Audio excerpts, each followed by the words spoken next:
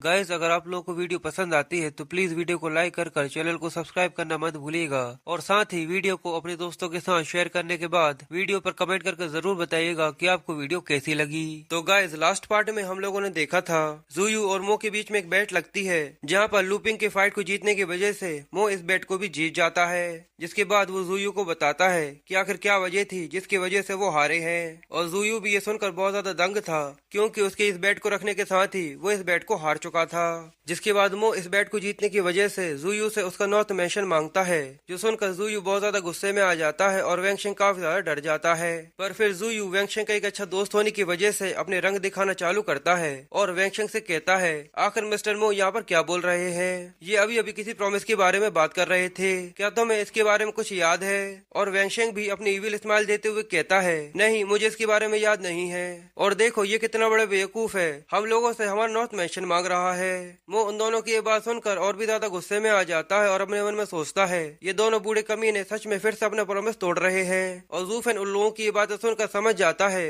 कि ये दोनों लू फैमिली के बाहर मुंह से इसी के बारे में बैठ कर रहे थे। और यहाँ पर ये चीज साफ दिख रही है कि ये लोग मुंह से हार चुके हैं, पर अब ये दोनों अपनी बात से पलट रहे हैं। इसलिए यहाँ पर लू फेंग मो का साथ देते हुए ज़ुयू और वेंगशेंग से बोलता है, अगर तुम दोनों ने मो के साथ कोई भी प्रॉमिस नहीं किया था तो मिस्टर मो इसके बारे में कैसे बोल सकते हैं? और तुम लोग यहाँ लू फैमिली की टेरिटोरी के अंदर होने के बाद अपनी बात से कैसे पलट सकते हो? मो लू फेंग को अपनी साइड देखकर बहुत ज्यादा खुश होता है, तो ज़ुयू लू फेंग को शांत करते हुए उससे कहता है, ठीक है, पर मैंने ऐसा सोचा नहीं था कि लू फेंग तुम मो का साथ दोगे। फिर वेंगशेंग कहता है, पर यहाँ पर तुम्हारी लू फैमिली में ऐसा कोई भी नहीं है जो हमें बीमिंग से जाने से रोक सके।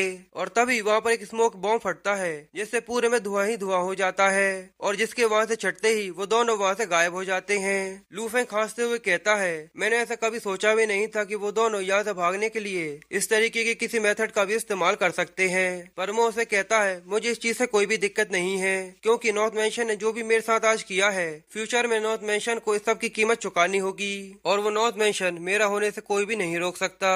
पर तभी मो की आइस ड्रैगन सोर्ड अपना ब्रेक थ्रू करने वाली होती है। ये देखकर वो बहुत ज्यादा खुश होता है और कहता है, सच में ये तो कमाल है, पर ग्रैंडपा लॉन्ग ने मुझसे एक बार कहा था, इसलिए सबसे पहले मुझे सिल्वर ओर को ढूंढना होगा। फिर वो लू फेंग से इसके बारे में बात करने की सोचता है। तभी लू फेंग जोश में मो से कहता है, तुम्हें इस चीज की चिंता करने की जरूरत नहीं है, चलो मैं तुम्हारे साथ अभी नॉर्थ मैंशन चलने के लिए तैयार हूँ। पर मो उसे शांत करते हुए कहता है, ये सब हम बाद में करेंगे, पर अभी मुझे कोई और अर्जेंट काम करना है। तो लू फेंग उससे पूछता है, अब ऐसा क्या काम आ गया जो इससे भी ज्यादा जरूरी है? तो वो लू फेंग से पूछता है, क्या तुम्हें कोई ऐसी माइन के बारे में पता है जहाँ से मुझे सिल्वर ओर मिल सकती है? लू फेंग सिल्वर ओर के बारे में सुनकर उससे बोलता है, जियोक्विन प्रोविंस में तुम्हें सिल्वर ओर मिल सकता है, जिसे टाइहान के लोग इस्तेमाल करते हैं। पर अगर तुम्हें टाइहान का सिल्वर ओर इस्तेमाल करना है तो तुम्हें सबसे पहले टाइहान स्कूल में एक डिसाइपल के तौर पर रजिस्ट्रेशन करवाना होगा, उसके बाद ही तुम वहाँ के सिल्वर ओर को इस्तेमाल कर सकते हो।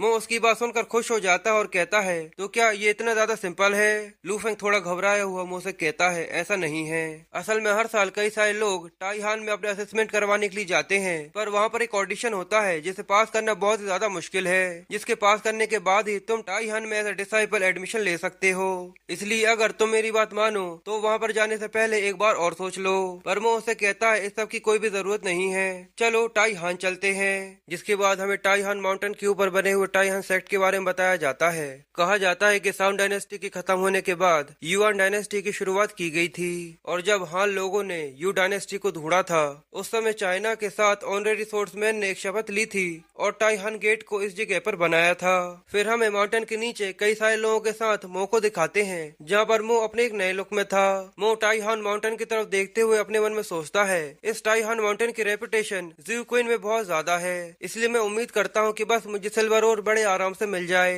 जो वहाँ पर इतने सारे लोगों को देखकर कहती है, सच में यहाँ पर टाइहान सेक्ट में शामिल होने के लिए बहुत सारे लोग यहाँ पर आए हुए हैं। और वहीं पीछे खड़े हुए लोग आपस में बातें करते हुए कहते हैं, मैंने सुना था कि इनका असेसमेंट सच में बहुत ज्यादा कठिन होता है, पिछले साल यहाँ पर 10,000 लोग आए थे, जिनमें से टाइहान सेक्ट के लोगों ने बस कुछ ही लोगों को शामिल किया था, और साथ ही टाइहान सेक्ट में सेलेक्ट होना उनकी परिवार के लिए सच में बहुत ही ज्यादा ऑनर की बात है। पर तभी वहाँ पर एक लड़का सभी लोगों के सामने आकर उन लोगों से चिल्लाकर कहता है, क्या यहाँ पर कोई ऐसा इंसान है जो मुझे माउंटेन के ऊपर तक कैरी कर ले जा सकता है? मैं उसे हर एक स्टेप के 500 युआन देने के लिए तैयार हूँ। और वो लड़का जो मुंह के पीछे खड़ा था वो बिल्कुल लड़की की तरह दिखता है और वो उसे कहता है, मुझे तो ये बात समझ में नहीं आती कि तुम्हारे पेरेंट्स तुम्हें इतना ज्यादा स्पॉइल करने के बाद आखिर यहाँ पर क्यों भेज देते हैं। तो वो लड़का फेंग यान की तरफ देखते हुए कहता है, आखिर टियानहान माउंटेन वाले फीमेल डिसाइपल्स को कब से रिक्रूट करने लगे, इसलिए अभी जल्दी से यहाँ से दफा हो जाओ, वरना बाद में रिजेक्ट होने के बाद तुम्हें वैसे भी रोना पड़ेगा।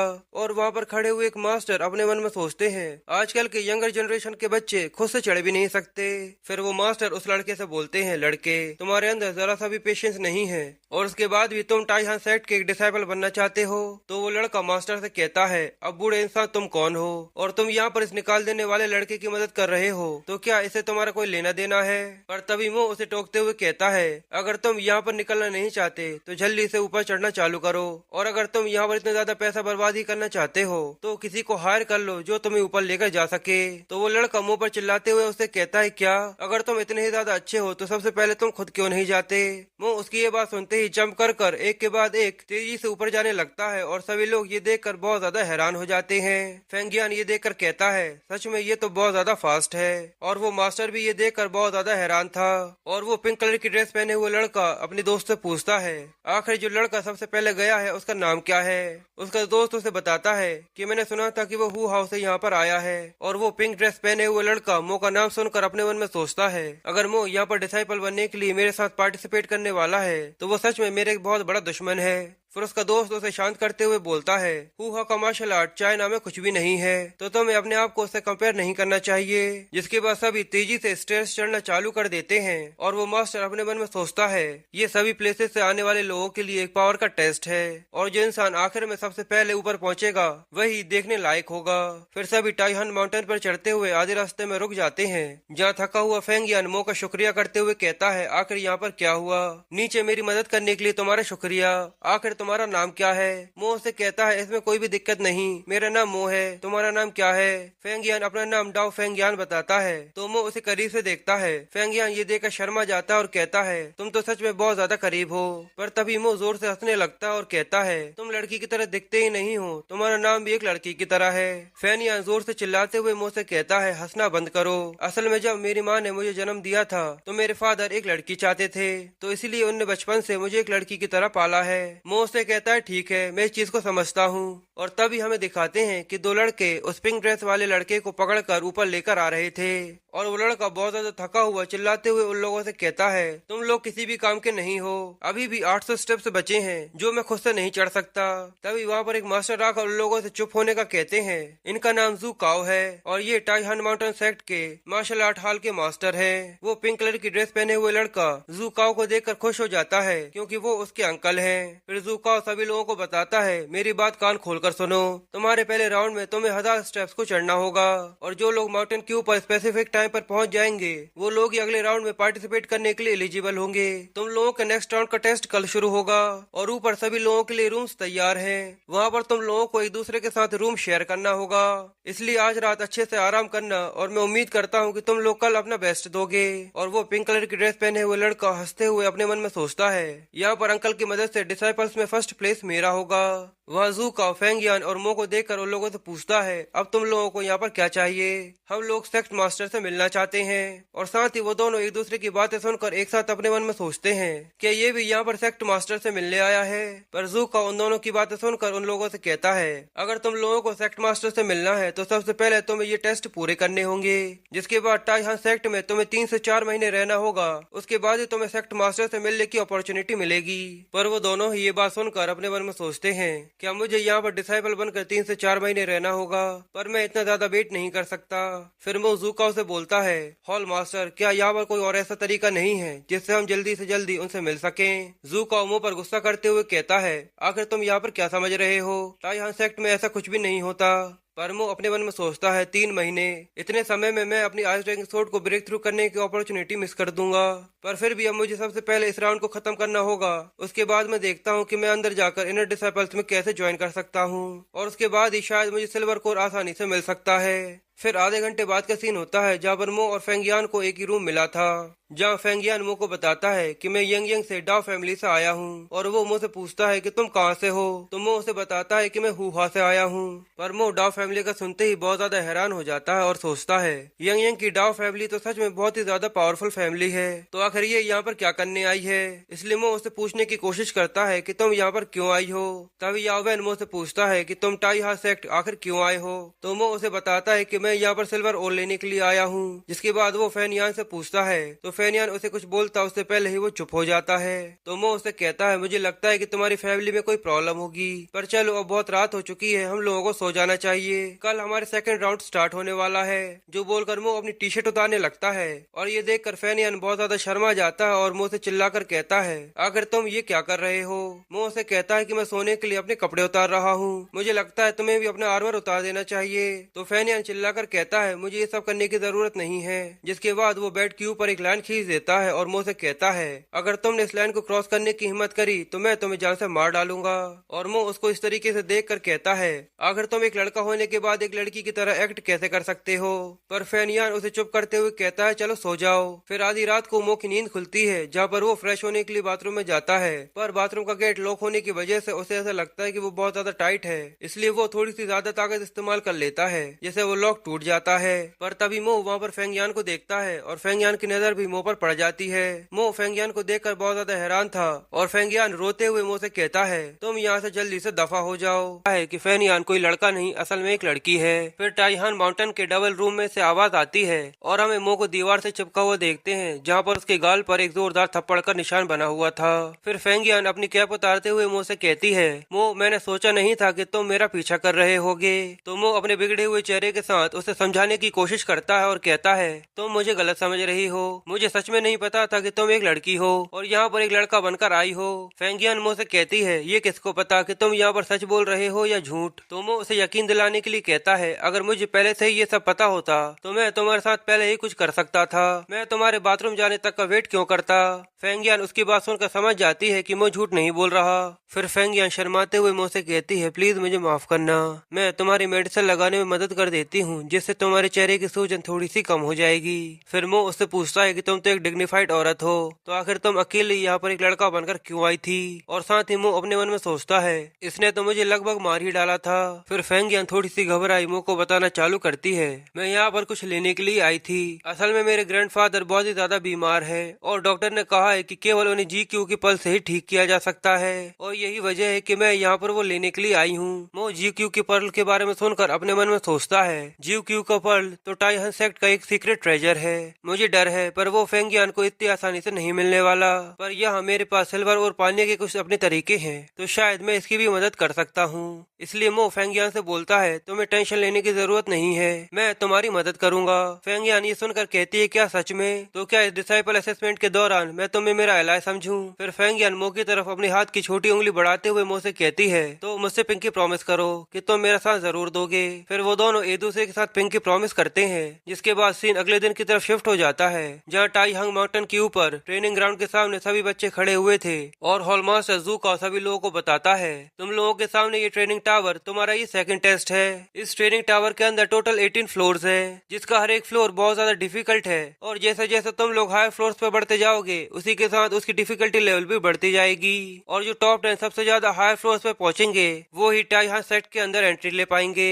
सभी जू काओ की बात सुनकर रेडी हो जाते हैं और एक लड़का उस पिंक कलर की ड्रेस पहने हुए लड़के से बोलता है ब्रदर जू यहाँ पर केवल 18 फ्लोर्स ही है और मुझे उम्मीद है कि तुम तो टॉप 10 में भी नंबर 1 पर आओगे। पिंक कलर की ड्रेस पहने हुए लड़का थोड़े से गुस्से में आ जाता है और उससे कहता है सबसे पहले दिमाग का इस्तेमाल करो, फिर उसके बाद मुझसे मजाक करना। टाइहन सेक्ट में केवल एक ही इंसान था जो सक्सेसफुली 18th फ्लोर तक पहुंचा था और पिछले 1000 सालों में ऐसा कोई भी नहीं है जो 18th फ्लोर तक पहुंचा हो, केवल ओल्ड मैन शू मिंग ही वहां तक पहुंच पाया था। तो वो लड़का हंसते हुए उस पिंक कलर की ड्रेस पहने हुए लड़के से कहता है ब्रदर जू तुम्हें परेशान होने की जरूरत नहीं है, तुम वैसे भी फर्स्ट प्लेस पर आ जाओगे। पर वो उसकी ये बात सुन लेता है और वो अपने मन में सोचता है अगर मैं यहाँ पर टॉप प्लेस पर आ जाता हूँ और माउंटेन चाम मेरा हो जाता है तो मुझे इनर डिसाइपल बनने में कोई भी दिक्कत नहीं आने वाली। तभी फेंगियान मो के कपड़े पकड़कर उससे खींचती है और कहती है आखिर तुम क्या सोच रहे हो, मुझे थोड़ा सा डर लग रहा है। पर मो उससे कहता है कोई बात नहीं, बस तुम मेरे पीछे पीछे आती रहना।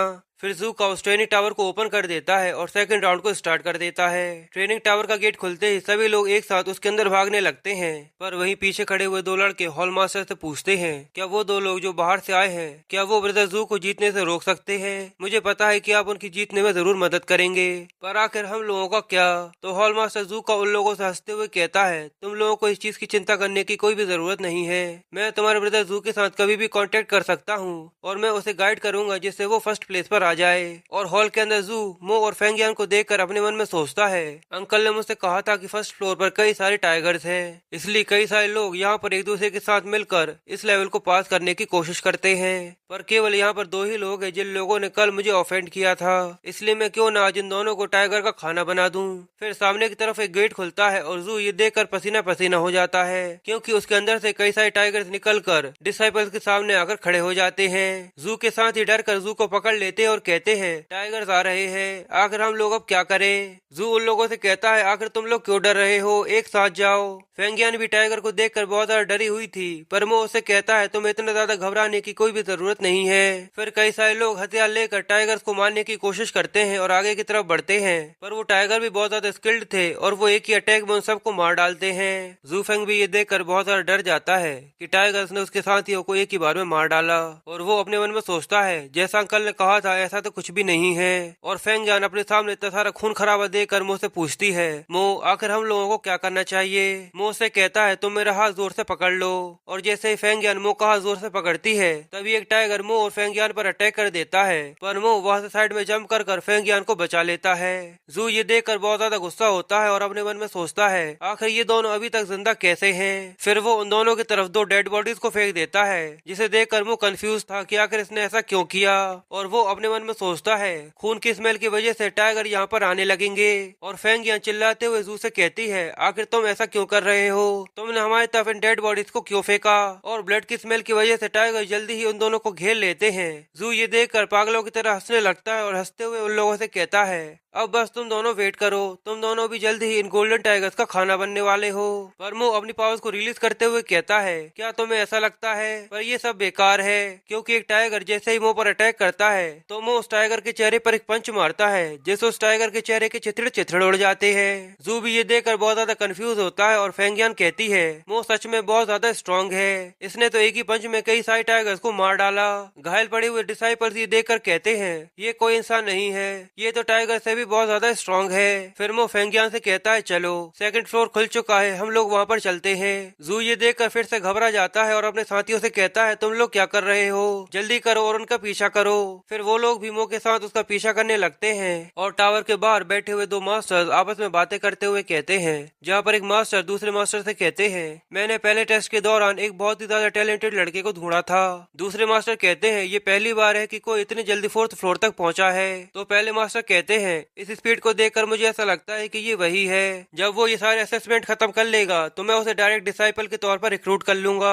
तो दूसरे मास्टर उससे कहते हैं एल्डर आपको इतनी जल्दी कंक्लूजन पर नहीं पहुंचना चाहिए, अभी तो हम लोगों को बस ऑब्जर्व करते रहना है। फिर सीन कुछ देर बाद 6th फ्लोर पर पहुंचता है जहाँ पर मो वहाँ के रोबोट से लड़ रहा था और फेंगियन और जू वहीं पर एक कोने में छुपे हुए थे। जू मो को देखकर अपने मन में सोचता है मैंने ऐसा सोचा नहीं था, पर ये लड़का सच में काफी ज्यादा स्किल्ड है, पर ये यहाँ पर अनजाने में ही सही ऊपर जाने में मेरी मदद कर रहा है। बस अब कुछ ही फ्लोर्स बाद अब ये बहुत ज्यादा थक जाएगा और तब मैं इस चीज का एडवांटेज उठाकर इसको मार डालूंगा, जिसके बाद डिसाइपल्स रैंक में फर्स्ट प्लेस मेरा होगा। और हमें माउंटेन टावर के अंदर का सीन दिखाते हैं। फिर एक एक कर मो पहले 6th फ्लोर तक पहुंचता है, जिसके बाद 8th फ्लोर तक, और रास्ते में कई सारे ट्रैप्स होते हैं जहाँ पर मो के होने की वजह से वो लोग वहाँ से बचते बचते निकल जाते हैं। और 8th फ्लोर पर उन लोगों का सामना कई बड़े बड़े स्नेक से होता है और फिर देखते ही देखते वो लोग 17th फ्लोर को भी क्लियर कर लेते हैं। सभी लोग ये देखकर बहुत ज्यादा हैरान होते हैं और रास्ते में कई सारे डिसाइपल्स भी मारे जाते हैं। और ट्रेनिंग टावर के बाहर एक बड़ी सी स्क्रीन में दिखाते हैं कि वो 18th फ्लोर तक पहुंच चुका है और वो मास्टर जो हमें शुरू में दिखाए थे वो मो को देखकर कहते हैं ये लड़का तो सच में काफी ज्यादा टैलेंटेड इंसान है। और दूसरे लोग भी मास्टर का साथ देते हुए कहते हैं जी एल्डर आपने बिल्कुल ठीक कहा, आखिर हजारों सालों के बाद फिर से टियानहान सेक्ट में एक ऐसा जीनियस आया है जिसकी हम लोगों को उम्मीद थी। थी। हॉल मास्टर ज़ुकाओ ये देखकर बहुत ज्यादा हैरान होता है कि मो 18th फ्लोर तक पहुंच चुका है और बाकी लोग ज़ुकाओ की तरफ देखते हुए बोलते हैं, हमने तो इसे बस 2 घंटे पहले देखा था, ये तो स्विमिंग से भी काफी ज्यादा होशियार और टैलेंटेड है। वो मास्टर मो के बारे में ऐसी बातें सुनकर बहुत ज्यादा खुश होते हैं और अपने मन में सोचते हैं, मुझे लगता है कि मेरा टाइहान सेक्ट फिर से राइज करने वाला है। पर तभी उन्हें याद आता है कि 18th फ्लोर पर टाइहान सोर्ट फॉर्मेशन बनी हुई है जो वहाँ पर टाइहान सेक्ट के 9th एलिट इनर डिसाइपल ने बनाई थी और उसने कहा था कि इसमें कोई भी डाउट नहीं है, उन लोगों को मर जाना चाहिए जो यहाँ पर केवल प्रैक्टिस कर डिसाइपल बनने के लिए आते हैं। वो मास्टर अपने मन में सोचते हैं, मुझे कुछ भी कर उस बच्चे को बचाना होगा, मैं ऐसा ही उस फॉर्मेशन की वजह से उसको मरने नहीं दे सकता, जिसके लिए वो मास्टर आगे बढ़ने लगते हैं। पर तभी शुइमिंग वहाँ पर आ जाता है और मास्टर का रास्ता रोककर उससे कहता है, कुछ भी हो जाए पर इस रूल को नहीं तोड़ा जा सकता, वो लड़का यहाँ पर मारा जाए या जिंदा रहे इस चीज से फर्क नहीं पड़ता, ये सब उसके खुद के ऊपर है। वो मास्टर थोड़े से घबरा जाते हैं पर उससे कहते हैं ठीक है, और वो अफसोस के साथ अपने मन में सोचते हैं, मैं दुआ करूंगा कि वो लड़का यहाँ से जिंदा वापस आ जाए। जिसके बाद सीन 18th फ्लोर के अंदर का होता है जहाँ पर बस मो, फेंगियान, जू और उसके 2 साथी आ गए थे। जू के वो दोनों साथी 18th फ्लोर के अंदर आने के बाद बोलते हैं, मैं तो ऐसा सपने में भी नहीं सोच सकता था कि मैं कभी 18th फ्लोर के अंदर भी आ पाऊंगा। तो उसका दूसरा दोस्त भी बोलता है, हाँ तुमने सही कहा, ये इस माउंटेन की सबसे ज्यादा हाईएस्ट अचीवमेंट है जिसे ओल्ड मैन शूमिंग भी इतनी आसानी से अचीव नहीं कर पाया था, और मैंने भी कभी ऐसा नहीं सोचा था कि मैं भी कभी इस चीज को अचीव कर पाऊंगा, ये बस केवल मो को यहाँ पर फॉलो करते हुए आने की वजह से ही हो पाया है। और जू भी अपने मन में मो का शुक्रिया करते हुए सोचता है, आज इसी की मदद से मैं यहाँ तक पहुँच पाया हूँ। फिर वो दोनों लड़के जो यहाँ पर जू के साथ आए थे वो दोनों मो को अपना बॉस बोलते हुए कहते हैं, बॉस मो आप बहुत ज्यादा थक चुके होंगे, चलिए मैं आपके कंधे की मसाज कर देता हूँ। और दूसरा लड़का मो की तरफ पानी बढ़ाते हुए कहता है, मेरे पास थोड़ा सा पानी है, प्लीज आप पानी पी लीजिए। और मो उन दोनों की बात सुनकर सोचता है, यहाँ पर ऐसे लोगों की कमी नहीं है जो लोग पीछे ही पड़ जाते हैं। और जू अपने साथियों को मो की तरफ जाता हुआ देखकर उन लोगों पर चिल्लाते हुए कहता है, तुम लोग सच में बहुत ज्यादा बड़े धोखेबाज हो। फिर मो जू से पूछता है, आखिरकार हम लोग यहाँ पर इतनी ज्यादा मुसीबतें पार करने के बाद आ चुके हैं, तो तुम लोगों ने क्या सोचा है, क्या तुम लोग आगे बढ़ना चाहते हो? पर जू घबराए हुए मुंह से कहता है, नहीं मेरे लिए यहाँ तक आना ही काफी है, चलो वापस चलते हैं। पर साथ ही वो अपने मन में सोचता है, ये तो बस मो की किस्मत थी कि वो 17th फ्लोर को पार कर 18th फ्लोर तक आ गया। पर जीक्यू मार्शल आर्ट में इस 18th फ्लोर को द गेट ऑफ हेल कहते हैं और पूरे 1000 सालों में एल्डर शूमिंग ही इसको पार कर पाए हैं और ना जाने कितने सारे मास्टर यहाँ पर मारे जा चुके हैं। फिर मो फेंगियान को वहीं पर वेट करने का कहता और खुद आगे बढ़ने लगता है। फेंगियान मुंह से कहती है, अपना ख्याल रखना। जिसके बाद मुंह सामने के स्टेयर्स पे चढ़ने लगता है और मुंह ऊपर जाने के बाद देखता है कि वहाँ पर माउंटेन चार्म रखा हुआ है। मुंह उसे देखते हुए सोचता है, तो आखिरकार माउंटेन चार्म मेरी आंखों के सामने है। ज़ुकाओ ने कहा था कि 18th फ्लोर के ऊपर जो माउंटेन चार्म है, जो भी अगर उसे लेकर आ जाता है तो उसे डिसाइपल्स में फर्स्ट प्लेस पर रखा जाएगा। मुंह उसके बारे में सोच ही रहा होता है, पर तभी उसके सामने कुछ गेट्स खुलते हैं जिसके अंदर से कई सारे सोल्जर्स निकल कर आते हैं और वो मुंह से कहते हैं कि हमारी बात मानो और यहाँ से वापस चले जाओ, क्योंकि अब तुम 18th फ्लोर तक आ चुके हो तो सेक्ट मास्टर ने तुम पर अटेंशन देना वैसे भी चालू कर दिया है। पर अगर तुम यहाँ पर शॉर्ट फॉर्मेशन के अंदर मारे जाते हो तो ये बात हमें सेक्ट मास्टर को समझाना बहुत ज्यादा मुश्किल होगा। और वो उसकी बात सुनकर अपने मन में सोचता है, मुझे ऐसा लगा ही था कि कुछ न कुछ बुरा होने वाला है, पर अब मेरे पास समय नहीं है कि मैं यहाँ से वापस चला जाऊँ। वैसे भी मैंने फेंगियान से एक प्रॉमिस किया था और मुझे मेरी आइस ड्रैगन स्वॉर्ड को भी ब्रेक थ्रू करवाना है। इसलिए वो उन लोगों से कहता है क्या तुम लोग बिल्कुल श्योर हो कि मैं यहाँ पर मारा जाऊंगा? वो मास्टर मुंह से कहता है, इस शॉर्ट फॉर्मेशन की वजह से तुम पक्का यहाँ पर मारे जाओगे। तो वो हंसते हुए उन लोगों से कहता है, मैं इस चीज का एक्सपीरियंस लेना चाहता हूँ कि 18th फ्लोर आखिर कितना ज्यादा खतरनाक है। वो मास्टर मुंह से कहता है, तो मैं उम्मीद करूंगा कि इस चीज को लेकर तुम बाद में ना पछताओ। जिसके बाद वो सभी स्वॉर्ड मास्टर्स मुंह को घेर कर अपनी शॉर्ट फॉर्मेशन को तैयार करने लगते हैं और मुंह अपनी पावर्स को रिलीज करते हुए अपने मन में सोचता है, मैं अभी अपनी आइस ड्रैगन स्वॉर्ड को इस ब्रेक थ्रू स्टेज के अंदर बाहर नहीं निकाल सकता, इसलिए मुझे इस शॉर्ट फॉर्मेशन को अब खाली हाथी तोड़ना होगा। जू वहीं पर कोने में छुपा हुआ अपने मन में सोचता है, ये मो सच में एक बहुत बड़ा बेवकूफ है। जैसे ही टाई हांग की शॉर्ट फॉर्मेशन तैयार हो जाएगी तो ये यहाँ पर मारा जाएगा और इसके यहाँ पर मरने के बाद फर्स्ट प्लेस मेरा होगा। फेंगियान मो को देखकर कहती है, मो प्लीज अपना ख्याल रखना। और वहाँ पर वो मास्टर्स रेगुलर मो पर कई सारे अटैक करते हैं, पर मो हर बार उनके अटैक को डॉज कर लेता है और वहाँ से बार बार बचकर निकल जाता है। वो मास्टर्स मो को देखकर कहते हैं, आखिर तुम कहाँ भाग रहे हो? और मो उन लोगों से बचते हुए अपने मन में सोचता है, मैं इस तरीके से बार बार नहीं छुप सकता, इन लोगों के ये अटैक बहुत ज्यादा पावरफुल है, इसलिए मुझे जल्दी से शॉर्ट फॉर्मेशन की आय को ढूंढना होगा जिससे मैं इसे यहाँ पर तोड़ सकूं। फिर एक मास्टर अपने सीनियर से कहता है, सीनियर हमने सोचा नहीं था कि ये लड़का इतना ज्यादा स्ट्रांग होगा। ये लड़का तो हमारी सोच से भी ज्यादा स्ट्रांग निकला। तो उसका सीनियर ब्रदर उससे कहता है भले इसको पकड़ना इतना भी आसान क्यों ना हो, पर अगर हम लोग एक ही साथ अपनी शॉर्ट फॉर्मेशन को बनाएंगे तो हम जल्द ही इसे पकड़ सकते हैं। पर तभी मो एक जगह पर रुक जाता है और उन लोगों से कहता है क्या तुम लोग श्योर हो कि तुम लोग मुझे यहाँ पर मार सकते हो? तो वो सीनियर ब्रदर जोर से हंसते हुए मो से कहता है तो क्या तुम्हें ऐसा लगता है कि तुम इस शॉर्ट फॉर्मेशन को तोड़ सकते हो? तो मो उन लोगों से बोलता है असल में तुम्हारी टाई हांग की शॉर्ट फॉर्मेशन जीक्यू की येलो रिवर से इंस्पायर्ड है, जो टाई हांग माउंटेन के नीचे से निकली हुई है। और मो ऐसे ही उन लोगों को इस फॉर्मेशन के बारे में पूरी तरह से डिस्क्राइब करता है जो हम लोगों के किसी भी काम का नहीं है, इसलिए मैं उसे छोड़ रहा हूँ। पर आखिर में मो उन लोगों को बताता है कि इसका एक वीक पॉइंट भी है जिसे डैम बस्ट कहते हैं। वो सब ये सुनकर बहुत ज्यादा चौंक जाते हैं और अपने मन में सोचते हैं आखिर इस लड़के को इसके बारे में कैसे पता है।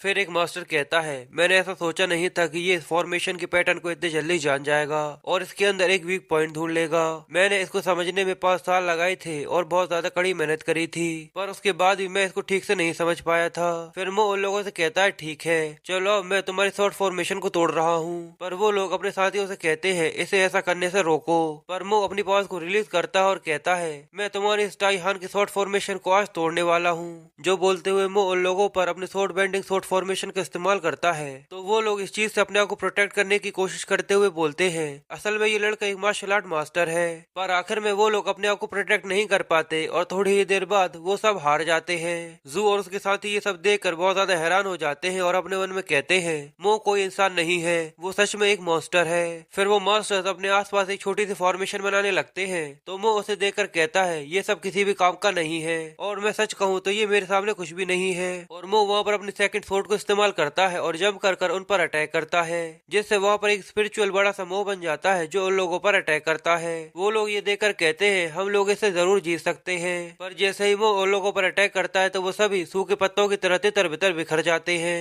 पर वो वहाँ पर एक ईवल स्माइल देते हुए उन लोगों से कहता है अब ये सब खत्म नहीं हुआ। वो सभी मास्टर्स बहुत ज्यादा घायल हो चुके थे और वो मो से रिक्वेस्ट करते हुए कहते हैं प्लीज हम लोगों को छोड़ दो, हम लोगों के पास मत आना। वो लोग वहाँ पर बहुत ज्यादा डर चुके थे और वो लोग रोने लगते हैं। पर मो उन लोगों की बात नहीं मानता और हमें ट्रेनिंग टावर के बाहर का सीन दिखाते हैं जो बाहर से पूरी तरह से ब्लास्ट हो जाता है। और नीचे खड़े हुए सभी लोग ये देखकर बहुत ज्यादा हैरान होते हैं और वो मास्टर ये देखकर अपने मन में कहते हैं उस यंग मास्टर के लिए सच में यहाँ पर कोई भी जगह नहीं है, यहाँ पर ऐसी कोई भी जगह नहीं है जो उसके लायक हो। और जू काओ भी अपने मन में सोचता है मुझे उम्मीद है कि जू को वहाँ पर कुछ भी नहीं हुआ होगा। फिर सीन फिर से टावर के अंदर का होता है जहाँ पर मो ने उन सभी मास्टर्स को मार डाला था। जू और उसके साथ ये देखकर हैरान था और जू अपने मन में सोचता है टाइहान माउंटेन के टॉप 9 डिसाइपल्स जिसे मो ने केवल 9 ब्लोज में ही मार डाला है। फेंगियान भी ये देखकर कहती है ये तो सच में बहुत ही ज्यादा स्ट्रॉन्ग है। पर साथ ही वो अपने मन में सोचती है और कल रात मैंने इसे बहुत बुरी तरीके से पीटा था। फिर वो लोग टावर की ऐसी हालत देखकर कहते हैं हमें ऐसा लगता है कि हमें जल्दी से जल्दी यहाँ से निकल जाना चाहिए। तभी वो टावर गिरने लगता है और मो फेंगियान को पकड़कर उससे कहता है तुम इस चीज की चिंता मत करो, मैं तुम्हें बचा लूंगा। और दूर से सभी लोग ये देखकर बहुत ज्यादा हैरान थे क्योंकि उनका ट्रेनिंग टावर अब धीरे धीरे कर गिरने लगा था। कई सारे लोग ट्रेनिंग टावर को देखकर कहते हैं ये ट्रेनिंग टावर यहाँ पर हजारों सालों से था, पर आखिर ऐसी कौन सी ताकत है जिसने इसे गिरा दिया। चलो जल्दी से वहाँ पर चलते हैं और देखते हैं कि वहाँ से कोई बाहर आता है तो उसे बचाने की कोशिश करते हैं। शूमिंग और वो मास्टर भी जल्दी से वहाँ पर जाने लगते हैं। ओल्ड शूमिंग अपने मन में सोचता है टाइहान की शॉर्ट फॉर्मेशन ऐसा कुछ भी नहीं कर सकती, इसलिए मैं ये देखना चाहता हूँ कि इतना ज्यादा पावरफुल कौन है जिसने इस 1000 सालों के बने हुए ट्रेनिंग टावर को इस तरीके से गिरा दिया। वो दोनों मास्टर ट्रेनिंग टावर के गिरने की वजह से बहुत ज्यादा उदास थे और उन लोगों को ऐसा लगता है कि अब कोई भी नहीं बचा। पर जू वहाँ पर सर्वाइव कर चुका था और उसका दोस्त उससे कहता है ब्रदर जू प्लीज मेरी मदद कीजिए। पर जू खुद गर्दों की तरह वहाँ पर उठ जाता है और उसकी तरफ जरा सा भी ध्यान नहीं देता और वो वहाँ पर सामने की तरफ देखता है जहाँ पर टाइहान का माउंटेन चार्म पड़ा हुआ था। वो माउंटेन चार्म को देखते ही जोरों से हंसने लगता है और कहता है मुझे पूरा यकीन है कोई भी इस चीज पे नोटिस नहीं करेगा, पर इसको लेने के बाद मैं पक्का एक इमॉर्टल लेजेंड बन जाऊंगा। पर तभी मो वहाँ पर फेंगियान को लेकर आ जाता है और जू से कहता है वो माउंटेन चार्म मेरा है। जू उन दोनों को जिंदा देखकर बहुत ज्यादा हैरान होता है और जल्दी से वहाँ से भागने की कोशिश करते हुए कहता है इस माउंटेन चार्म को सबसे पहले मैंने देखा था तो ये मेरा है, इसलिए अब तुम इसे मुझसे नहीं ले सकते। पर घायल हो गई फेंगियान जू से कहती है ये माउंटेन चार्म मौका है जिसके लिए उसने अपनी लाइफ को रिस्क में डाला था, इसलिए तुम्हें इसे मौका वापस कर देना चाहिए। पर मो उससे कहता है फेंगियान तुम्हें इस चीज की चिंता करने की जरूरत नहीं है। और जू भी हंसते हुए कहता है हाँ तुमने ठीक कहा मो, मैं मानता सकता हूँ कि तुम सच में बहुत ज्यादा स्ट्रांग हो, पर अगर इस सिटी में तुम और ये लड़का अच्छे से अपनी जिंदगी जीना चाहते हो, इसलिए तुम लोग के लिए यही अच्छा होगा जैसा मैं कहूँ तुम लोग वैसा ही करो। क्योंकि अगर तुम मुझे यहाँ पर दबाने की कोशिश करते हो तो मैं तुम्हें बता दूं कि सिटी में मेरी जू फैमिली कोई मजाक नहीं है। और वो उसकी ये बातें सुनकर फेंगियान की तरफ देखते हुए अपने मन में सोचता है, अभी अभी मैंने टाई हांग के टॉप डिसाइपल्स को मारा है और साथ इस ट्रेनिंग टावर को भी तबाह कर दिया, और इसके अलावा मैं अगर फर्स्ट प्लेस पर आता हूँ तो मैं टाईहान माउंटेन पर सच में एक बहुत बड़ी फोर्स बन जाऊंगा। पर शायद इसकी वजह से मुझे वो सिल्वर और जीव यू पर्ल ना मिले, इसलिए अगर जू इस झूठी रेपुटेशन को चाहता है तो क्यों न मैं इसे ये दे दूं। इसलिए मो जू से कहता है, अगर तुम्हें ये माउंटेन चार्म चाहिए तो तुम इसे ले सकते हो। जू मो की बात सुनकर अपने मन में सोचता है, मुझे सच में नहीं पता था कि ये इतने आसानी से मान जाएगा। फेंगियान मो को मना करते हुए कहती है, अगर तुम इसे इतने आसानी से ये सब कैसे दे सकते हो। मो फेंगियान को शांत करते हुए कहता है, अगर इसको ये चाहिए तो इसको ले लेने दो। जू इस चीज को सुनकर बहुत ज्यादा खुश होता है और मो का शुक्रिया करते हुए कहता है, मो मैं सच में तुम्हें अप्रिशिएट करता हूँ, क्योंकि अगर तुमने वहाँ पर इतना ज्यादा हार्ड काम नहीं किया होता तो शायद मैं कभी भी इस फर्स्ट प्लेस पर नहीं आ पाता। पर साथ ही वो अपने मन में सोचता है, मुझे पता है कि ये लड़का सच में यहाँ पर बहुत ज्यादा डरा हुआ है, पर बस ये ऊपर से अच्छा होने का दिखावा कर रहा है। और टावर के बाहर सभी लोग खड़े होकर ये देखना चाहते थे कि अंदर से कौन आ रहा है। तभी वहाँ पर खड़े हुए लोग अंदर की तरफ देखते हुए कहते हैं, मुझे ऐसा लगता है कि कोई अंदर से बाहर आ रहा है। वो मास्टर ये सुनकर कहते हैं, जरूर ये वही होगा। पर तभी वहाँ पर लू माउंटेन चार्म को लेकर आता है, जो देखकर सभी लोगों को ऐसा लगता है कि इसी ने ये सब किया है और वो ही 18th फ्लोर तक पहुंचा था। वो मास्टर ये देखकर बहुत ज्यादा हैरान होते हैं और कहते हैं, आखिर ये यहाँ पर कैसे हो सकता है। और शोइमिंग पीछे से बोलता है, क्या ये वही लड़का है जिसके बारे में तुम बात कर रहे थे। जूकाओ ये देखकर जल्दी से जू की एक फोटो खींचकर अपने मन में सोचता है, मुझे जल्दी से जू फैमिली को इस चीज की रिपोर्ट कर देनी चाहिए। और टूटे हुए ट्रेनिंग टावर के अंदर मो और फेंगियान बैठे हुए थे, जहाँ पर फेंगियान मो से गुस्से में कहती है, मो आखिर तुमने उसे माउंटेन चार्म क्यों दे दिया, ये तो बहुत ज्यादा गलत है। पर मो हंसते हुए उससे कहता है, तुम इस चीज की चिंता करने की कोई भी जरूरत नहीं है, क्योंकि अगर तुमने वो चीज ली हो जो तुम्हारी नहीं है तो बाद में तुम्हें इस चीज की एक भारी कीमत चुकानी पड़ती है। अब हमें आगे बताया जाता है कि सभी टेस्ट खत्म हो जाने के बाद जू को टाईहान का एक मेजर डिसाइपल बना दिया गया था, और धीरे धीरे कर चाइना के कोने कोने में जू के इस काम के चर्चे होने चालू हो गए थे कि टाईहान सेक्ट में एक ऐसा जीनियस लड़का है जिसने टाईहान सोर्ट फॉर्मेशन को भी तोड़ा है, और 18th फ्लोर तक पहुंचने के बाद उसकी टेरिफाइंग पावर ने पूरे टावर को ही तबाह कर दिया। फिर सीन 3 दिन बाद टाईहान सेक्ट के डिसाइपल रूम का होता है, जहाँ पर फेंगियान बहुत ही ज्यादा गुस्से में थी। तो उसी की साइड में बैठा हुआ मो उससे पूछता है, आखिर तुम्हें क्या हुआ, तुम्हें गुस्सा किसने दिला दिया।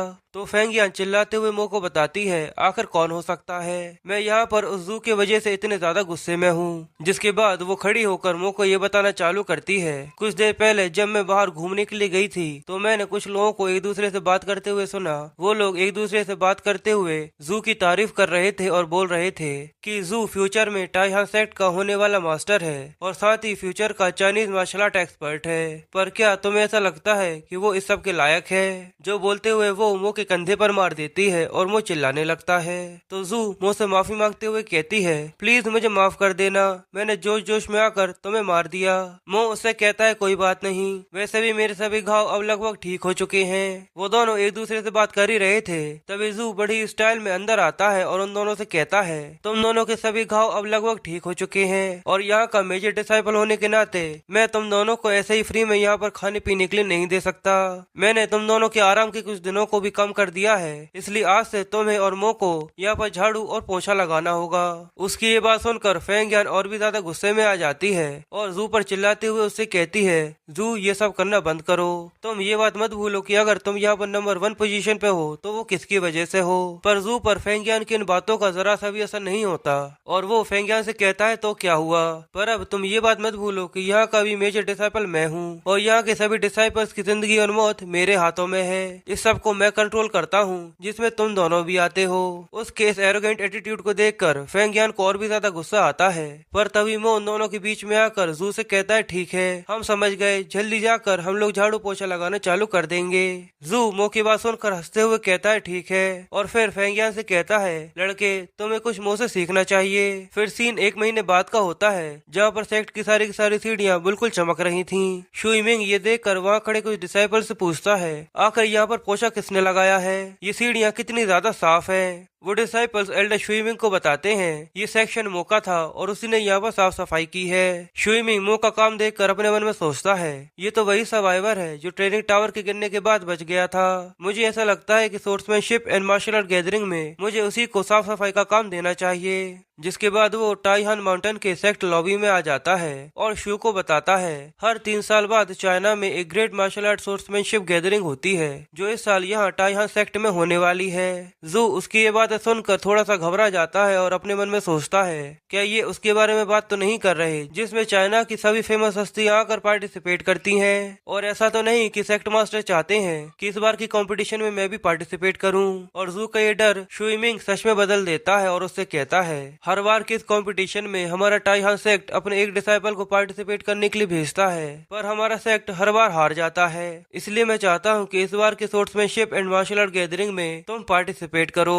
शुइमिंग की बात सुनते ही जू का मुंह खुला का खुला रह जाता है और वो अपने मन में सोचता है ये तो वही हो गया जिसका मुझे डर था। पर शुइमिंग अपनी चमकती हुई आंखों के साथ शू से आगे बोलते हैं तुम्हें इस चीज की ज्यादा चिंता करने की जरूरत नहीं है क्योंकि अगर तुम यहाँ पर अपनी आधी ताकत भी दिखाते हो जो तुमने अपनी ट्रेनिंग टावर में इस्तेमाल की थी तो तुम बड़े ही आसानी से इस कंपटीशन को जीत जाओगे। पर जू उनकी ये बात सुनकर और भी ज्यादा घबरा जाता है और सोचता है मुझे लगता है कि मैं पूरी तरह से बर्बाद होने वाला हूँ क्योंकि असल में मैंने तो बस 18th फ्लोर तक मो का पीछा किया था पर अगर मैं यहाँ पर मार्शल आर्ट गैदरिंग में पार्टिसिपेट नहीं करता तो मेरी पोल यहाँ पर खुल जाएगी। इसलिए वो जल्दी से शुइमिंग के सामने घुटनों पर आ जाता है और उससे कहता है ठीक है मास्टर मैं आपकी बात समझ गया। और साथ ही वो अपने मन में सोचता है मुझे लगता है कि मुझे अब इस चीज की ज्यादा परवाह करने की जरूरत नहीं है अभी के लिए तो बस मुझे हाँ हाँ कहते रहना होगा।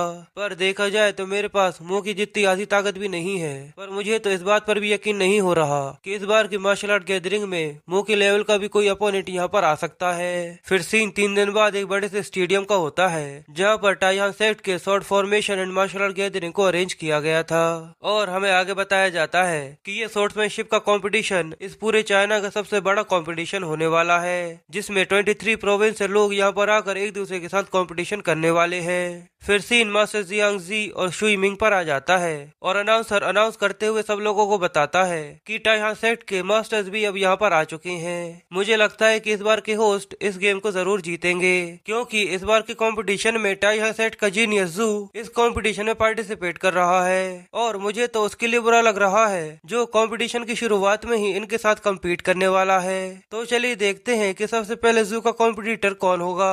जो बोलते हुए अनाउंसर एक पॉट में हाथ डालकर उसके अंदर से पर्ची निकालता है और सभी लोगों के सामने अनाउंस करते हुए बताता है कि जू का पहला कॉम्पिटिटर दाओ प्रोविंस से लियान शुई है। शुई का नाम सुनकर दाओ प्रोविंस के लोग बहुत ज्यादा एक्साइटेड हो जाते हैं और आपस में बातें करते हुए बोलते हैं लियान एक ग्रेट मार्शल आर्ट फैमिली से बिलोंग करता है और साथ ही वो बचपन से ही स्पोर्ट्समैनशिप की प्रैक्टिस कर रहा है। तो दूसरा आदमी उससे कहता है हाँ मुझे पता है कि तुम सही कह रहे हो पर इस बार उसका जीतना काफी ज्यादा मुश्किल है। शुन अपना नाम सुनकर जरा सा भी खुश नहीं होता और वो बोलता है आखिर मेरा बैड लक भी कितना ज्यादा खराब है जो सबसे पहले मेरा नाम ही आना था। पर फिर वो एरिना में जाते हुए अपने मन में सोचता है पर अब मेरे पास और कोई भी चॉइस नहीं है इसलिए मुझे हिम्मत कर ये सब करना ही होगा। और वही हमें पीछे दिखाते हैं कि मो और फेंगियान वहीं पर झाड़ू लगा रहे थे और फेंगियान मो से पूछती है मो तुम्हें क्या लगता है क्या शू इस मैच को जीत सकता है। पर मो तो उसे कोई भी जवाब नहीं देता। फिर शू एरिना में आने के बाद जू से बोलता है मुझे पता है कि आप बहुत ज्यादा फेमस है और मेरे पास दूसरों की जितने अच्छे स्किल्स भी नहीं है पर यहाँ पर आज आपके साथ लड़कर मैं आपसे कुछ सीखने की कोशिश करूंगा और मैं आपसे उम्मीद करूंगा कि आप मेरे सुपीरियर होकर आप मुझे कुछ सिखाने की कोशिश करेंगे। शुई को देखकर जू को ऐसा लगता है कि ये बहुत ज्यादा कमजोर है इसलिए वो मुस्कुराते हुए कहता है तुम्हें मेरे साथ इतना ज्यादा हम्बल होने की जरूरत नहीं है ठीक है मैं तुम्हें कुछ न कुछ सिखाने की कोशिश जरूर करूंगा। फिर अनाउंसर एक बड़ी सी बेल के साथ sportsmanship and martial art gathering को ऑफिशियली स्टार्ट कर देता है और मैच के स्टार्ट होते ही शुई सबसे पहले अटैक करने के लिए आगे आता है और शू से कहता है मिस्टर शू प्लीज मुझे ज्ञान देने की कोशिश कीजिएगा। पर शू तो उसके इस अटैक को देखकर सोचता है इसकी स्पीड तो सच में बहुत ही ज्यादा फास्ट है। पर स्टेडियम में बैठी हुई सभी ऑडियंस ये देखकर हंसने लगती है और कहती है मिस्टर शू को देखो वो तो अभी तक अपनी जगह से हिले भी नहीं है। शुन भी ये जानता है कि वो जू के सामने कुछ भी नहीं है इसलिए वो सबसे पहले जाकर अटैक करने की कोशिश कर रहा है। पर जैसे ही शुई जू पर आकर अटैक करता है तो जू बड़ी ही मुश्किल से उसे ब्लॉक कर पाता है। ऑडियंस में बैठे हुए सभी लोग ये देखकर बहुत ज्यादा हैरान हो जाते हैं और बोलते हैं आखिर ये क्या हुआ क्या सच में शुई ने जू को पीछे धकेल दिया। पर शुई की ये शॉट टेक्निक तो अनस्टेबल थी। तो दूसरा आदमी उससे कहता है ऐसा नहीं हो सकता, मुझे ऐसा लगता है कि सू जूही को यहाँ पर एम्बेरस नहीं होने देना चाहते, इसलिए वो इसको इस तरीके से खेल रहे हैं। और फेंगियान को भी ये देखकर बहुत ज्यादा गुस्सा आता है। तो वो उसे शांत करते हुए कहता है तुम्हें फ्लोर पर झाड़ू लगाने पर ध्यान देना चाहिए। और एरिना में देखते हुए सभी लोग जू से कहते हैं इस गेम को इतना ज्यादा बोर मत करो, इसे इस तरीके से अवॉइड करने की जरूरत नहीं है, इसे जल्दी से पीटना चालू करो। पर जू तो जैसे तैसे कर अपने आप को संभालने में लगा हुआ था। और वो उन लोगों की ये बात सुनकर गुस्से में अपने मन में सोचता है ये बेवकूफ ऑडियंस कितनी ज्यादा शोर मचाती है, मैं यहाँ पर इस गेम को जरा सा भी बोर नहीं करना चाहता। शुन भी जू को देखकर सोचता है मुझे लगता है कि जू सच में इस गेम से बोर हो चुका है, इसलिए मुझे ऐसा लगता है कि मुझे यहाँ पर मेरे स्ट्रॉन्गर मूव को इस्तेमाल करना होगा जिससे मैं इन्हें सीरियस कर सकूं। इसलिए शुन अपने सबसे ज्यादा खतरनाक अटैक को इस्तेमाल करने के लिए जंप करता है। तो जू ये देखकर बहुत ज्यादा घबरा जाता है और उसकी फटकर 4 हो जाती है। ऑडियंस में बैठे हुए सभी लोग जू को इंकरेज करते हुए कहते हैं इनने अभी तक काउंटर अटैक के लिए पोजीशन क्यों नहीं ली, जू जल्दी करो और अपनी ताकत दिखाओ और इस आदमी को मार डालो। शुई मिंग भी जू को देखकर सोचते हैं आखिर ये यहाँ पर क्या करना चाहता है। फिर शुन जू पर अटैक करता है और उसे कहता है यहाँ पर हर एक की लिमिट होती है और यहाँ पर तुम्हें दूसरों को इस तरीके से निराश नहीं करना चाहिए, आखिर तुम अभी तक मुझ पर अटैक क्यों नहीं कर रहे। पर जू तो उसके अटैक को काउंटर करते हुए अपने मन में सोचता है तुम पर अटैक मेरी बहन करे, मैं तो यहाँ पर तुम्हारे अटैक से अपने आप को बचाने की कोशिश में ही लगा हुआ हूँ। पर फेंगियान यहाँ पर जू को एक कुत्ते की तरह पिटता हुआ देखकर बहुत ज्यादा खुश होती है और कहती है मैं तो कब से ये देखना चाहती थी कि मैं कभी शू को इस तरीके से पानी में भीगे हुए कुत्ते की तरह पिटता हुआ देखूं। पर वो बड़े ही आराम से उससे कहता है तुम्हें किसी के ऊपर भी इस तरीके से बुरे कमेंट नहीं करने चाहिए। शुन के अपने फाइनल अटैक करने के बाद जू अपने आप को जैसे तैसे कर संभालता है और शुन से कहता है 1 मिनट रुको। ऑडियंस में बैठे हुए सभी लोग ये देखकर बहुत ज्यादा एक्साइटेड हो जाते हैं और उन लोगों को ऐसा लगता है अब आखिरकार जू अब अपना मूव चलने वाला है। पर तभी जू तो अपने घुटनों के बल आ जाता है और हाथ जोड़ते हुए शुन से बोलता है मैं तुम्हें नहीं हरा सकता, प्लीज मेरी जान बख्श दो, मैं तुमसे भीख मांगता हूँ। शुन भी जू को इस तरीके से देखकर बहुत ज्यादा हैरान हो जाता है और ऑडियंस में बैठे हुए सभी लोग ये देखकर कहते हैं जू ने अपनी हार मान ली, आखिर ऐसा कैसे हो सकता है। शुन भी हैरानी के साथ जू से कहता है तो क्या इसका मतलब मैं जीत गया। शू उससे कहता है हाँ हाँ तुम जीत चुके हो, इसलिए अब प्लीज मुझ पर वार करना बंद करो। शुन ये बात सुनते ही जोरों से हंसने लगता है और कहता है मैं तो सच में जीत गया, मुझे तो लगता है कि टाई हान का वो एरोगेंट एटीट्यूड बिल्कुल झूठ था, इसको हराना इतना भी ज्यादा मुश्किल नहीं था, बल्कि ये तो मुझ पर पलट कर वार भी नहीं कर पा रहा था। वो दोनों मास्टर्स भी ये सुनकर बिल्कुल चुप हो जाते हैं। तभी मो शुन के कंधे पर हाथ रखकर उससे कहता है एक्सक्यूज मी, मुझे यहाँ पर साफ सफाई करनी है, इसलिए क्या तुम यहाँ से नीचे उतर सकते हो। मास्टर जियांगजी मो को वहाँ पर देखकर सोचते हैं ये तो वही है जो बाहर की प्रोविंस से आया था, अब क्या इसे यहाँ पर झाड़ू लगाने का काम दिया गया है। शुन मो से पूछता है तुम कौन हो, क्या तुम यहाँ पर मरने के लिए आए हो। पर मो बड़े ही आराम से उससे कहता है मैं टाइहान सेक्ट का झाड़ू लगाने वाला डिसाइपल हूँ, इसलिए क्या तुम प्लीज यहाँ से नीचे उतर सकते हो। शुन उससे कहता है क्या मैं यहाँ से नीचे नहीं उतरने वाला, तो बताओ तुम मेरा क्या उखाड़ लोगे। मो उससे कहता है अगर ऐसा है तो मुझे जबरदस्ती तुम्हें नीचे उतारना होगा। शुन मो की बात सुनकर हंसने लगता है और उससे कहता है लड़के क्या तुम सच में यहाँ पर मरना चाहते हो, तो ठीक है, इस चीज के लिए मुझे बाद में ब्लेम मत करना। जो बोलते हुए शुन मो के गले पर अपनी तलवार रख देता है और फिर अटैक करने के लिए आगे बढ़ते हुए कहता है मैं भी यहाँ पर देखना चाहता हूँ कि यहाँ का झाड़ू लगाने वाला डिसाइपल आखिर क्या कर सकता है। ये देखकर फेंगियान मो को आवाज देते हुए चिल्लाकर कहती है मो जल्दी से वहाँ से नीचे आ जाओ, तुम्हारे पास तलवार नहीं है। मास्टर जियांगजी भी ये देखकर थोड़े से घबरा जाते हैं, पर मो को यहाँ पर गुस्सा आ गया था और अगली सीन में हमें दिखाते हैं कि शू नीचे जमीन पर गिर चुका था। दोनों मास्टर्स ये देखकर बहुत ज्यादा हैरान होते हैं और सोचते हैं आखिर अभी अभी क्या हुआ, ये तो इतना ज्यादा फास्ट था कि हम लोग इसे देख भी नहीं पाए। जू और जू का भी ये देखकर बहुत ज्यादा हैरान होते हैं क्योंकि पूरी एरिना के बीच में एक बहुत बड़ी दरार आ चुकी थी और स्टेडियम में बैठे हुए सभी लोग ये देखकर चिल्लाते हुए कहते हैं दाओ प्रोविंस का जीनियस लियान शुन एक झाड़ू लगाने वाले डिसाइपल से हार गया। फिर मो वहाँ खड़े कंपाउंडर से कहता है कि इसको जल्दी से यहाँ से उठाकर ले जाओ और मास्टर जियांगजी मुस्कुराते हुए शुई मिंग से बोलते हैं सेक्ट मास्टर ये वही लड़का है जिसके बारे में मैंने आपसे बात की थी और मुझे पूरा यकीन था कि ये ही ट्रेनिंग टावर में फर्स्ट आएगा। शुई मिंग भी मो को देखकर खुश होते हैं और कहते हैं ये तो बहुत ज्यादा अच्छी बात है कि हमारे टाइहान सेक्ट में इसके जैसा कोई टैलेंट भी है। पर तभी वो किसी को बात करता हुआ सुनते हैं क्या तुमने अभी अभी सुना कि एल्डर ने कहा था कि जू कभी भी फर्स्ट प्लेस को नहीं जीत सकता था, और मैंने तो ये भी सुना है कि उसने अपने सेकंड अंकल जू काओ की मदद लेकर टाइहान सेक्ट में चीटिंग करके डिसाइपल बनने की कोशिश की थी और अभी भी शायद चीटिंग करके ही वो यहाँ का मेजर डिसाइपल बना है। उनकी ये बात सुनकर शुई मिंग बहुत ज्यादा गुस्से में आ जाता है और मास्टर जियांजी उनसे पूछते हैं, मास्टर आखिर आपको क्या हुआ? और हमें बाहर का सीन दिखाते हैं जहाँ पर जू और जूकाओ दोनों ही स्टेडियम को छोड़कर भाग रहे थे।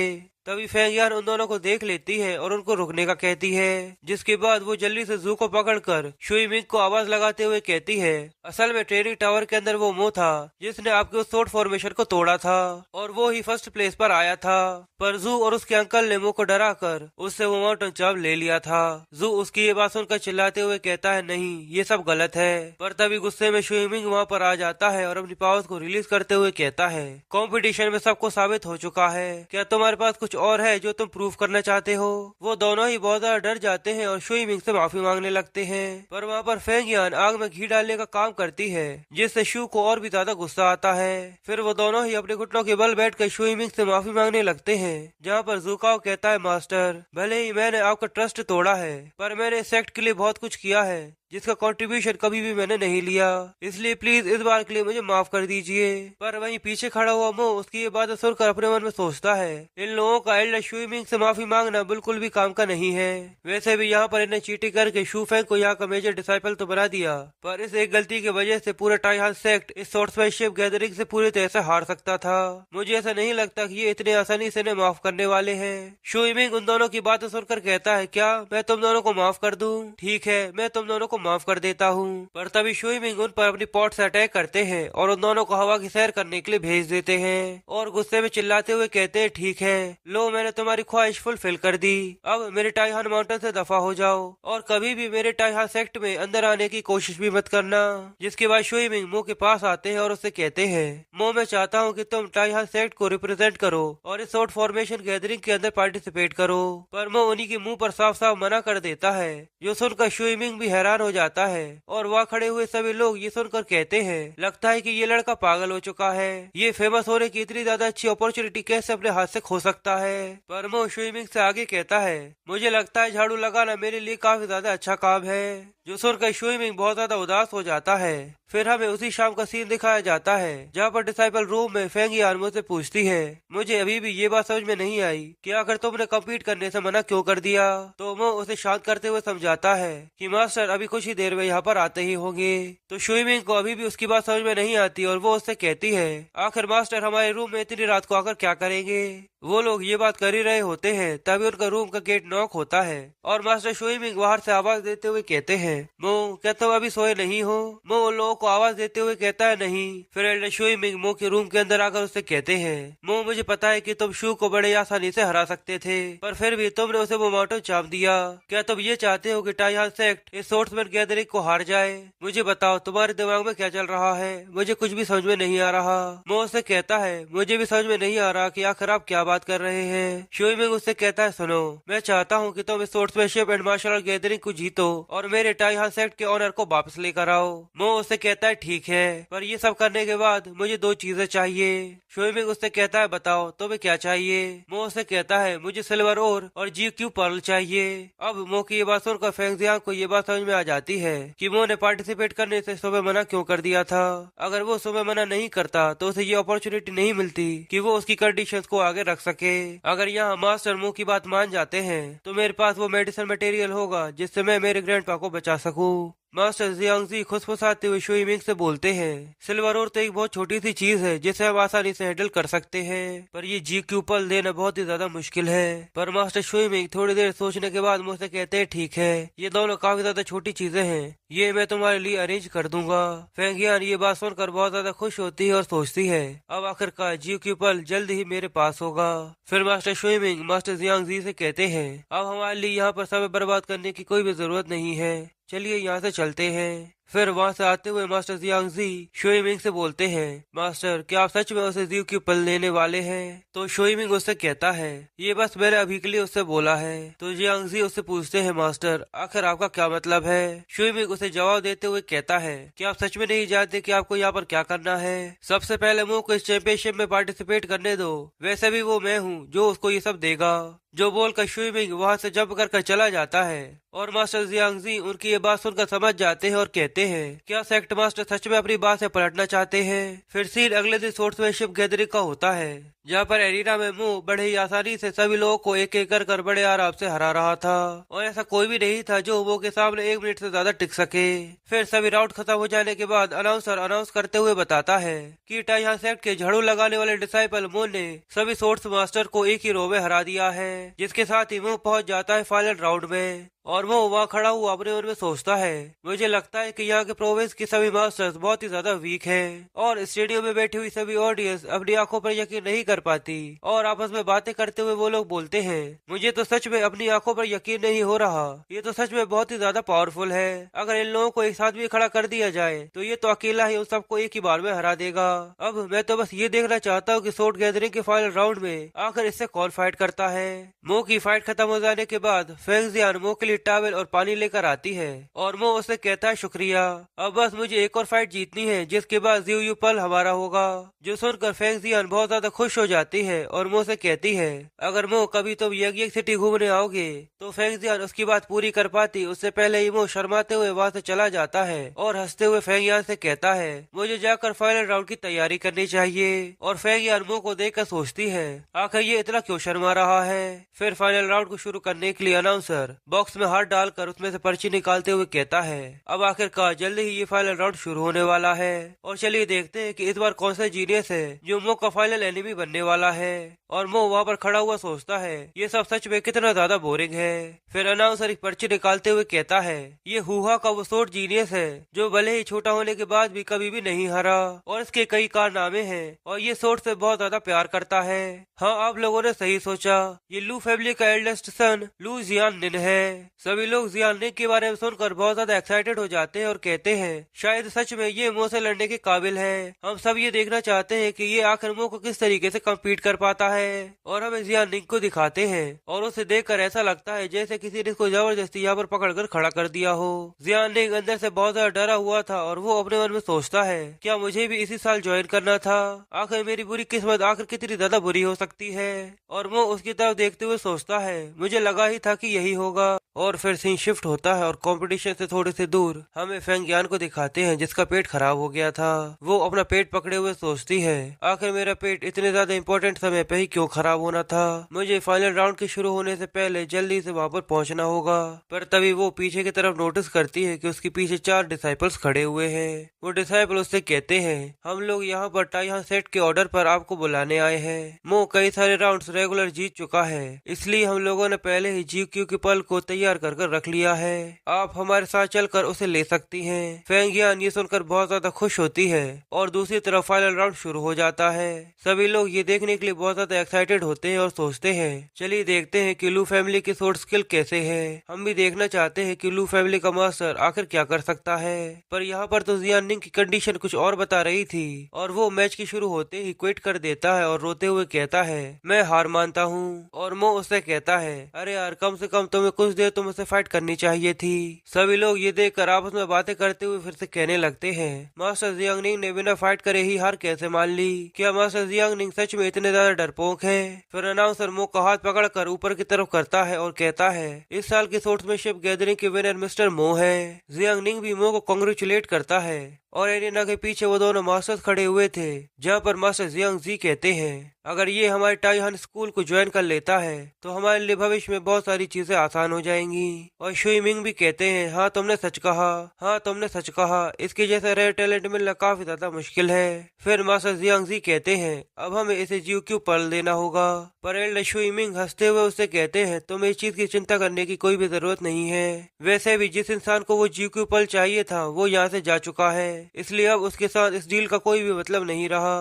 मो अपनी फाइट को खत्म करने के बाद वहाँ पर फेंग जियान को ढूंढने लगता है और अपने मन में सोचता है, क्या उसने नहीं कहा था कि वो यहाँ पर मेरा वेट कर रही है, आखिर वो कहाँ चली गई। फिर तभी वहाँ पर वही डिसाइपल्स आ जाते हैं और वो मो से कहते हैं, एल्डर शुइमिंग ने आपको बुलाया है। जिसके बाद वो मो को लेकर शुइमिंग के पास आ जाते हैं और शुइमिंग हंसते हुए मो से कहता है, मो तुमने सच में बहुत ज्यादा अच्छा काम किया और तुम सच में हमारे टाइहांग स्कूल के लिए एक ऑनर लेकर आए हो। तो मो उनसे कहता है, मैंने तो बस थोड़ी सी मदद करने की कोशिश करी थी, पर मास्टर, मैं आपको हमारी डील के बारे में याद दिलाना चाहता हूँ। शुइमिंग सिल्वर ओर के ऊपर से पर्दा हटाते हुए कहते हैं, ये देखो, जो तुमने कहा था, ये 50 किलो का सिल्वर ओर है जो तुम्हें चाहिए था। मो शुइमिंग का शुक्रिया करता है और उससे कहता है, और जीक्यू पल कहाँ पर है? तो शुइमिंग थोड़ी सी हिचकिचाते हुए उससे कहते हैं, तुम्हें इस चीज की चिंता करने की जरूरत नहीं है। वैसे भी वो तुम्हारे दोस्त को चाहिए था तो मैंने उसे वो दे दिया और वो उसे लेकर यहाँ से जा चुका है। मो को ये सुनकर थोड़ा सा दाल में काला लगता है और वो अपने मन में सोचता है, यहाँ पर कुछ न कुछ तो गड़बड़ है। मुझे पता है कि फेंगियान को वो पल उसके ग्रैंडपा के लिए जितने ज्यादा जल्दी हो सके उतने जल्दी चाहिए था, पर वो ऐसे ही मुझे गुड बाय किए बिना भी यहाँ से नहीं जा सकती। इसलिए मो शुइमिंग से कहता है, अगर ऐसा है तो ठीक है, मैं भी यहाँ पर अब ज्यादा देर तक नहीं रुकने वाला। मैं भी अपने रूम में जाकर अपने लगेज को तैयार करता हूँ, मैं भी कल यहाँ से निकल जाऊंगा। पर शुइमिंग उससे कहता है, रुको। तो मो उससे पूछता है, अब ऐसा क्या है जो आपको चाहिए? तो शुइमिंग उसे बताते हैं, मैं और एल्डर हम दोनों ही ये चाहते हैं कि तुम इनसाइड अप्रेंटिस बन जाओ, और हम लोग चाहते हैं कि तुम यहाँ के फ्यूचर के हायर बनो।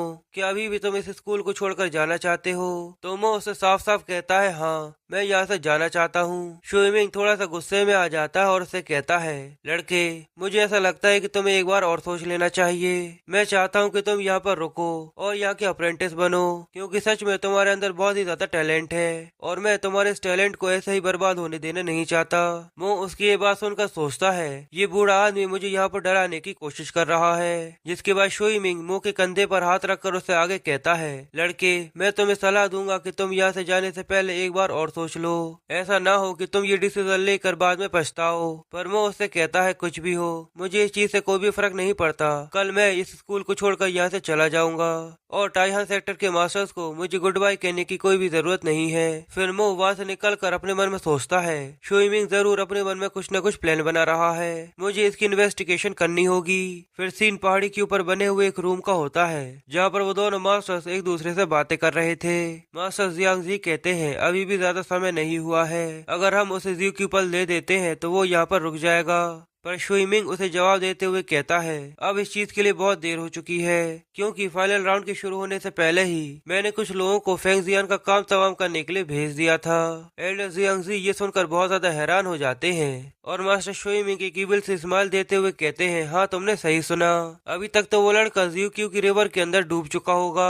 और यही नहीं, मैंने मो को भी कई सारे चांसेस देकर देख लिया है और मैं उसे भी इस टाइहान माउंटेन से जिंदा वापस जाने नहीं देने वाला। मो उन दोनों मास्टर्स की कन्वर्सेशन सुनकर बहुत ज्यादा गुस्से में आ जाता है और वो गुस्से भरी आवाज में शुइमिंग से कहता है, तो अच्छा, ऐसे ये 1000 साल पुराना स्कूल लोगों को इस तरीके से ट्रीट करता है। शुइमिंग मो को वहाँ पर देखकर बहुत ज्यादा हैरान होता है और कहता है, मो, तो तुम अभी भी यहाँ पर हो? और मो गुस्से भरी नजरों के साथ उससे आगे कहता है, मुझे ऐसा लगता है कि तुम्हें उसके लिए दुआ करनी चाहिए, क्योंकि अगर उसे कुछ हो गया तो मैं तुम्हारे 1000 साल पुराने स्कूल को तबाह कर डालूंगा। फिर सीन जीक्यू रिवर के साइड का होता है, जहाँ पर वो सभी डिसाइपल्स फेंगियान को घेर कर खड़े हुए थे। फेंगियान थोड़ी सी कंफ्यूजन सीनियर से कहती है, मुझे लगता है कि अब हम लोगों को यहाँ से चलना चाहिए। क्या तुमने मुझसे ऐसा नहीं कहा था कि हम लोगों को मेन यार्ड में जाना है? पर हम लोग तो यहाँ पर बहुत ज्यादा दूर आ चुके हैं। वो डिसाइपल्स हंसते हुए कहते हैं, तुम यहाँ पर मरने वाले हो, उसके बाद भी क्या तुम सच में इतने ज्यादा बेवकूफ हो? आज मास्टर ने ही तुम्हें मारने का हमसे कहा है। क्या तुमने सच में सोचा था कि तुम्हें यहाँ पर आकर जीक्यू पर्ल मिलने वाला है? फेंगजियान मास्टर जीक्यू को सुनकर बहुत ज्यादा हैरान हो जाती है और वो डिसाइपल्स फेंगियान को टच करते हुए कहते हैं, सीनियर, मैंने तो तुमसे पहले ही कहा था, मुझे तो लगता है कि ये लड़का असल में एक लड़की है, इसकी स्किन सच में बहुत ही ज्यादा सॉफ्ट है। तो उसका दूसरा सीनियर उससे कहता है, अगर ऐसा है तो चलो इसके कपड़े उतार कर देखते हैं कि अंदर से ये क्या है। वैसे भी इस स्कूल के रूल्स की वजह से हमने कभी भी किसी लड़की को ठीक से नहीं देखा। फिर जैसे ही वो लोग फेंगियान का आर्मर उतारते हैं तो वो लोग कहते हैं, ये तो सच में एक लड़की है, चलो इसको मारने से पहले थोड़े बहुत मजे लेते हैं। और वहाँ पर इतने सारे डिसाइपल्स के होने की वजह से बस फेंगियान रोते हुए हेल्प के लिए आवाज देती रहती है और वो मास्टर्स उससे कहते हैं, तुम तो बस वैसे भी मरने वाली हो, तो क्यों न मरने से पहले हम लोगों को थोड़ा सा एंजॉय करने दो। फेंगियान रोते हुए उन लोगों को मना करती है कि प्लीज ऐसा मत करो, पर वो सभी फेंगियान के ऊपर किसी भूखे भेड़िए की तरह झपटने लगते हैं। पर तभी एक डिसाइपल के ऊपर अटैक होता है और उसका सिर कटकर नीचे गिर जाता है। बाकी डिसाइपल्स भी देख कर बहुत ज्यादा हैरान होते हैं और कहते हैं, आखिर ये कौन है? और हमें दिखाते हैं कि हमारा हीरो सही समय पर वहाँ पर पहुँच चुका था और वो गुस्से भरी नजरों के साथ उन लोगों से कहता है, इस टाइहान स्कूल के अंदर पूरे के पूरे बेशरम भरे हुए हैं, सभी के सभी जानवर हैं। तो एक डिसाइपल चिल्लाते हुए मुझसे कहता है, हम सभी शुई मिंग के डिसाइपल्स हैं, हम सब की ताकत मिलाकर तुमसे भी ज्यादा होती है, इसलिए तुम ये सोचना भी मत कि तुम इसे हमसे बचा सकते हो। तो वो उससे कहता है, अच्छा तो चलो देखते हैं कि यहाँ पर कौन मारा जाता है। जिसके बाद बस चिल्लाने की आवाज आती है और मो आगे बढ़ते हुए उन सभी डिसाइपल्स को जान से मार डालता है। फिर मो सभी डिसाइपल्स को मार देने के बाद फेंगियान की तरफ देखते हुए उससे बोलता है, फेंगियान क्या तुम ठीक हो? फेंगियान रोते हुए उससे कहती है, मैं सच में बहुत ज्यादा डर गई थी, मुझे यहाँ से वापस जाना है। पर मो उससे कहता है, तो जी क्यू पल का क्या होगा? फेंगियान रोते हुए उससे कहती है, मुझे अब ये और नहीं चाहिए। मो तुम्हें पता है ना कि ये सभी अप्रेंटिस मास्टर के कहने पर यहाँ पर आए थे, अगर ये लोग वापस जाकर रिपोर्ट नहीं करेंगे तो मास्टर को हम लोगों पर शक हो जाएगा, और अगर मास्टर शुई मिंग हमारे पीछे आ गए तो हम लोग सच में बहुत बड़े खतरे में पड़ जाएंगे।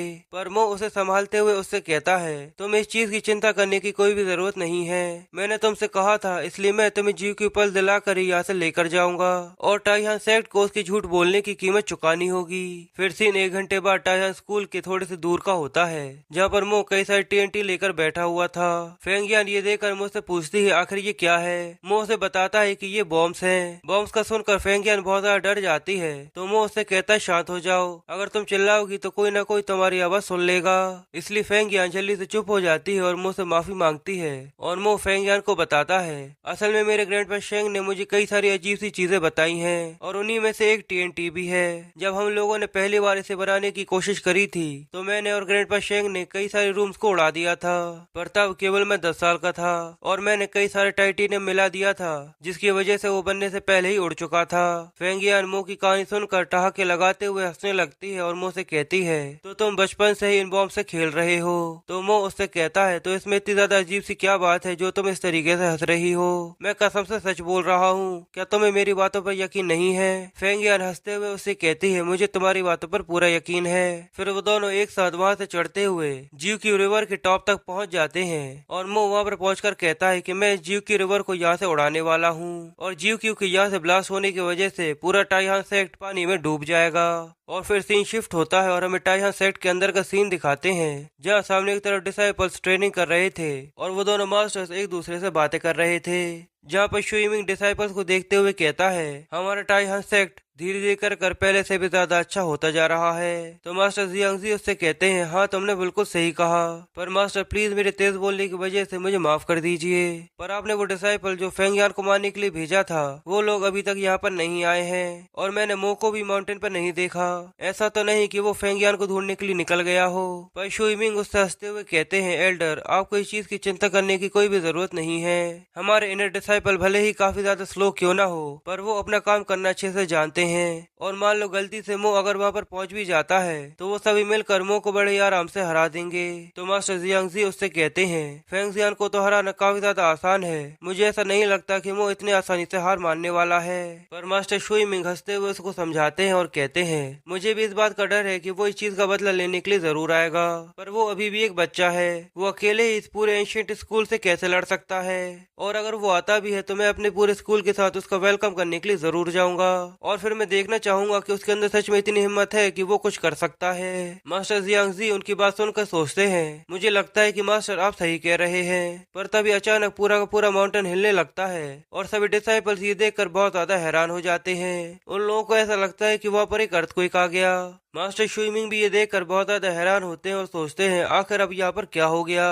पर तभी वो ऊपर की तरफ देखते हैं कि पूरी जीव की रिवर पहाड़ को तोड़ते हुए बाहर आ रही है। वो भी ये सब देखकर बहुत ज्यादा हैरान हो जाते हैं और सोचते हैं आखिर ऐसा कैसे हो सकता है, जीव की रिवर यहाँ पर कैसे आ सकती है। और देखते ही देखते उनकी नजरों के सामने उनका पूरा टाइहान सेक्ट पानी के अंदर बहने लगता है और वो बस चिल्लाते हुए रह जाते हैं कि मेरा हजारों सालों का स्कूल पानी में इस तरीके से कैसे डूब सकता है। कई सारे डिसाइपल्स पानी में बहकर वैसे ही मारे जाते हैं और जो डिसाइपल्स पानी से बच जाते हैं वो मास्टर को आवाज देते हुए कहते हैं, प्लीज मास्टर वहाँ से वापस आ जाइए, वो काफी ज्यादा खतरनाक हो सकता है। और मास्टर जियांगजी ये देखकर अपने मन में सोचते हैं ऐसा तो नहीं ये सब मो ने किया हो। और पानी में बहते हुए डिसाइपल्स बस मास्टर को हेल्प के लिए चिल्लाते रह जाते हैं, पर फिर आखिर में वो सब पानी में डूब कर मारे जाते हैं और सभी सभी डिसाइपल्स चिल्लाते हुए कहते हैं, मास्टर पूरी ज्यूकी रिवर ब्लास्ट हो रही है, हमारा पूरा टाइहान स्कूल पानी में डूब चुका है और पानी जल्दी ही यहाँ पर भी आ जाएगा, इसलिए मास्टर हमें जल्दी से यहाँ से निकलने की कोशिश करनी होगी। वो सभी पानी की बाढ़ से बचने के लिए माउंटेन के ऊपर जाने लगते हैं और देखते ही देखते कुछ ही देर में पूरा का पूरा टाइहान सेक्ट पानी के अंदर डूब जाता है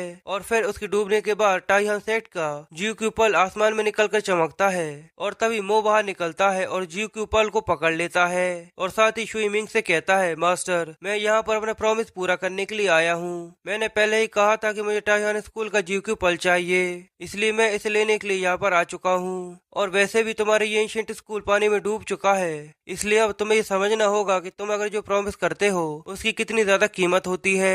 अब मैं मो ये ज्यूक्यू पल लेकर यहाँ से जा रहा हूँ। शुई मिंग मो को देखकर गुस्से में चिल्लाते हुए कहता है, मो यहाँ से भागने की हिम्मत भी मत करना। पर मो वहाँ से भागते हुए कहता है, अगर ऐसा है तो आओ मुझे पकड़ लो।